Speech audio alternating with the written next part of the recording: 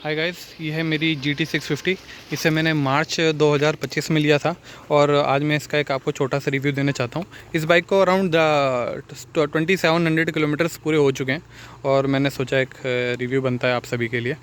तो इससे पहले मैं पल्सर 220 चला रहा था और मेरे पास एक ड्यूक 390 भी थी और ये मेरी आई गेस फिफ्थ बाइक है ये। तो अब मैं आपको बात करता हूँ कि स्टार्टिंग से कि इसका मुझे प्राइस क्या पड़ा। तो मुझे ऑन रोड 4,09,000 की पड़ गई थी।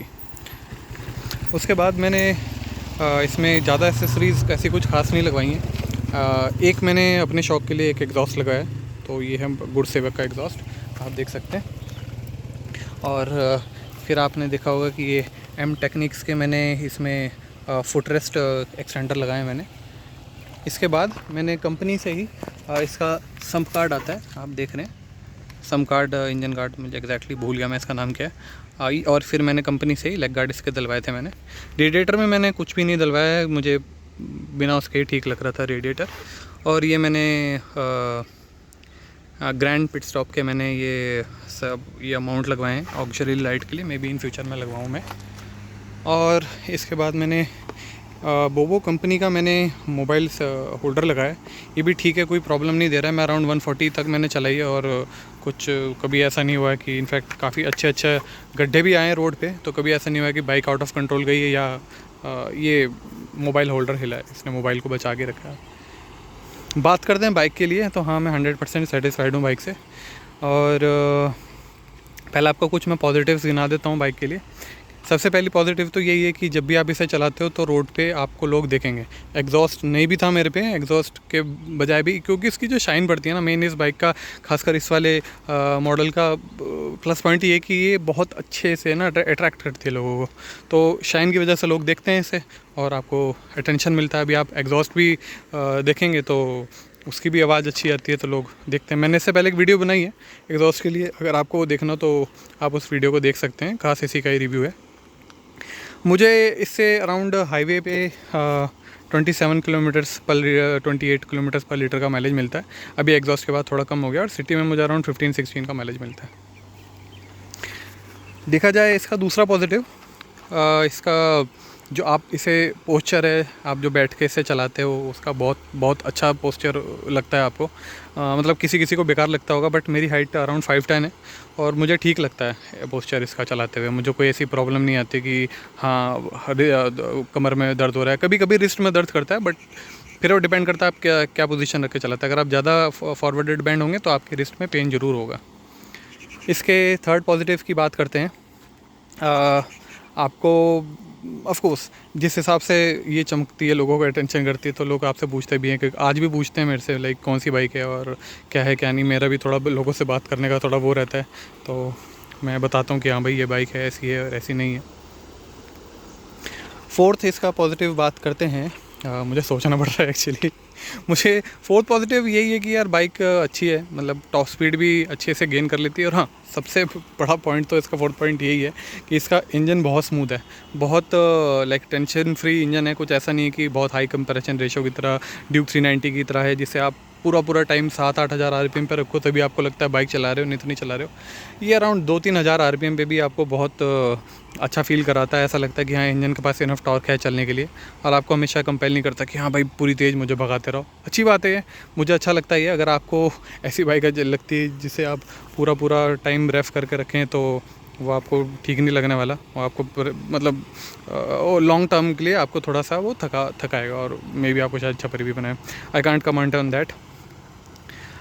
फिफ्थ इसका पॉजिटिव ये है कि मुझे यार ध्यान में नहीं आ रहा, मुझे लिख के रखने चाहिए था पॉजिटिव। चलो अब नेगेटिव के बारे में बात करते हैं। तो मैं सबसे पहले इसका नेगेटिव बताऊंगा। ऑफ कोर्स आपने 10 जगह पे सुना होगा, तो 11वीं बार मेरे से भी सुन लो कि इसका इंजन काफ़ी हीट अप करता है।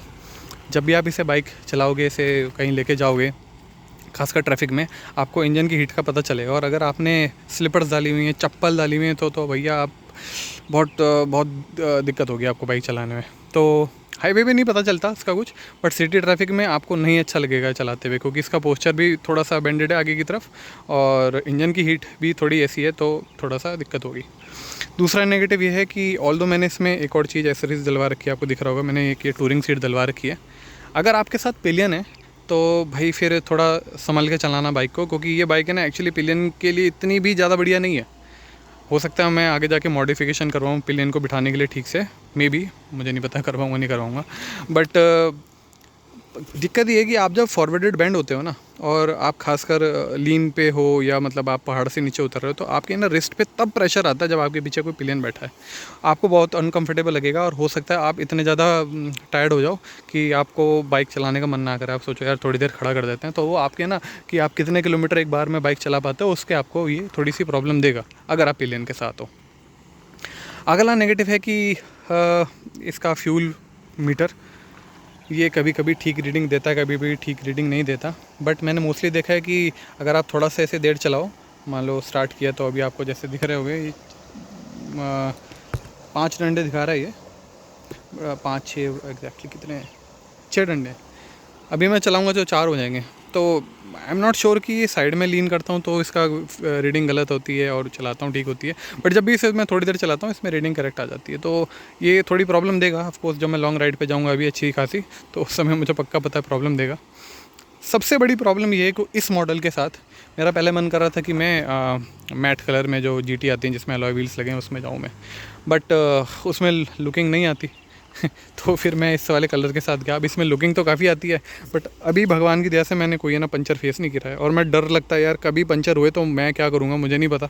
मेरे पास रोड साइड असिस्टेंस है, तो मे बी मुझे उसका कुछ फ़ायदा मिल जाएगा। अभी मैंने कभी यूज़ नहीं करा है, बट मुझे इससे काफ़ी डर लगता है। कभी हाईवे पे चलते चलते पंचर हुआ या क्या हुआ मुझे नहीं पता कब क्या होना है।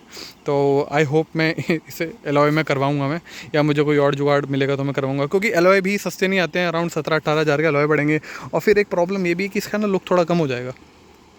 तो देखते हैं क्या होता है। एक मेरा इंतज़ार ये भी है कि अगर नई वाली GT आती है जिसमें आगे ट्विन डिस्क डले होंगे तो उसका अलॉय ऑफ कोर्स डिफरेंट आएगा, तो मे भी हो सकता है मैं वो लगवाऊंगा। अभी मुझे नहीं पता मैंने क्या करना है। तो अभी फ़िलहाल यही चल रहा है और अभी यही चला रहा हूँ मैं, देखते हैं आगे क्या करता हूँ मैं। तो बस ये है बाइक का। एक चीज़ ये भी कंपनी कर सकती थी कि इसे अगर हम खोलते तो इंस्टेड ऑफ ये पूरा ना ढक्कन हाथ में आ जाता है, ये अगर बाइक में लगा हुआ होता ना, मतलब खोलते हुए, तो थोड़ा ज़्यादा कन्वीनियंट होता। अभी क्या है कि मुझे पेट्रोल भरवाना है, चाबी डालूंगा, ये पूरा बाहर आ जाएगा, तो उसे मैंने कहीं पकड़ना होगा, फिर वो अगला बंदा फ्यूल बढ़ेगा। तो किसी किसी को प्रॉब्लम लग सकती है, किसी किसी को नहीं लग सकती। तो ये है। टॉप स्पीड में इसकी 150 तक लेके गया हूँ। 4th गियर में मैंने टॉप से मतलब पूरा खींचा था, तो 150 तक बाइक गई थी। इससे आगे मैंने 5-6 का मैंने ट्राई नहीं किया ना मेरे पे रोड है ना मुझे मतलब ऐसा लगता है ट्राई करना चाहिए था मुझे। तो ये है गाइस इसका रिव्यू। मैं आपको कहूँगा कि अगर आपका लेने का मन है तो ऑफ कोर्स लीजिए, कोई प्रॉब्लम नहीं लगती मुझे एज सच। एक 650 के हिसाब से ही आपको पूरा काम करेगी। अगर आप एक बहुत लोअर सेगमेंट बाइक चलाते हो लाइक 100 और 125 सीसी, और अगर आप इस पे जा रहे हो तो आपको ये चीज़ पता होनी चाहिए कि ये बाइक आपको थोड़ा सा माइलेज भी कम देगी, आपको मेंटेनेंस में भी ज़्यादा खर्चा करना पड़ेगा, यानी कि ब्रेक पैड और इसका टायर जो काफ़ी महंगा आता है। इसका ओरिजिनल टायर देखेंगे, और ख़ासकर इसके ब्रेक लीवर। मेरा ये वाला फ्रंट वाला ब्रेक लीवर टूट गया था, तो ये वाला आप देख सकते हैं एडजस्टेबल है और ये वाला एडजस्टेबल नहीं है। तो मैंने ये 400 का डलवाया था, क्योंकि इसका ओरिजिनल वाला 7,500 का पड़ रहा था और मेरा मन नहीं था इंश्योरेंस क्लेम करवाने के लिए। मे भी इसका मैं आगे जाके ओरिजिनल डलवा दूँगा, बट अभी इससे भी कोई ऐसी प्रॉब्लम नहीं है। दिखने में सेम ही लगता है, ये कोई ऐसा ख़ास फ़र्क नहीं लगता, बट मे बी देखता हूँ आगे। और बस आपको ये ध्यान में रखना है कि अगर आप नॉर्मल बाइक से आप आ रहे हैं तो इसकी मेंटेनेंस ज़्यादा होगी। बट अभी मेरे पास 2,500 किलोमीटर 2,700 किलोमीटर का रिव्यू है, तो मैं बता नहीं सकता कि एग्जैक्टली क्या मेंटेनेंस होगी, क्योंकि अभी तो इतनी नई बाइक में कोई ऐसी मेंटेनेंस नहीं होती अनटिल अनलेस आप कुछ ज़्यादा ही बेकार चला रहे हैं बाइक को। तो ठीक है, कुछ लोगों का क्लच जलता है, मुझे ऐसी कोई प्रॉब्लम अभी तक फेस नहीं हुई है। वैसे चले ही बाइक कितनी है, मेरा एक फ्रेंड है उसके पास GT 650 है, उसका अराउंड 35,000 किलोमीटर चल चुकी है बाइक का, और उसने कभी भी अभी तक क्लच रिप्लेस नहीं करवाया। मैंने उसकी बाइक चलाई थी, उसकी बाइक एज़ मतलब बहुत अच्छी मेंटेन करी हुई है, उसकी एकदम नई जैसी बाइक चलती है। तो मुझे लगता नहीं कि उसे क्लच बदलने की कोई ऐसी जगह मतलब ज़रूरत है। ये देखिए नज़ारा कैसा अच्छा हो रहा है, और यहाँ पर रिव्यू करते हुए मुझे अच्छा लग रहा है काफ़ी। बस ये है इसके रिव्यू। आपको अगर ये बाइक लेनी है, अगर आपको लंबा टूर करना है इस पर, तो मुझे थोड़े सा आपको हो सकता है इस पर मॉडिफिकेशन करने पड़े, पर अगर मैं आपको स्पेसिफ़िकली टूरिंग के लिए कहूँ तो स्पेसिफ़िकली तो टूरिंग के लिए नहीं बनेंगे, ये थोड़ा शॉर्ट राइड्स के लिए, आसपास जाने के लिए, अराउंड 60-65 से 80 किलोमीटर और मैं एट मैक्स 100 किलोमीटर की राइड के लिए एट मैक्स बनी हुई है। आप इसे पिलियन के साथ, मैं रिकमेंड नहीं करूँगा कि आप एक पिलियन के साथ लेने के लिए बनाएं। पिलियन के साथ आपको जाना तो इंटरसेप्टर ले लो। मैंने इसके नीचे ना मेन स्टैंड भी लगवाया है, अभी बात करते करते याद आया।